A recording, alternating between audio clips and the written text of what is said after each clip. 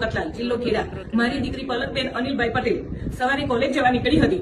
દરરોજ બપોરે 2 કે 3 વાગે પાછી આવે. એ પરત પાછી ન આવતા મેં એને ફોન કર્યો. ફોન લાગતો ન હતો, સ્વિચ ઓફ આવ્યો. તો સાંજે 2-3 વાગ્યા સુધી 4 વાગ્યા સુધી ફોન સ્વિચ ઓફ આવ્યો. તો એમને શોધખોળ ચાલુ કરી.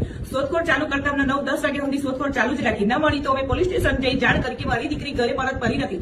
મારી દીકરી શોધવામાં મને મદદ કરો. મદદ કરતા 2-4 દિવસથી જાણવા મળી પોલીસ મની કે બેન તમારી દીકરીએ લગ્ન કરી લીધા છે, પણ મારી મરજી મને ખબર નથી, મારી મરજી નથી.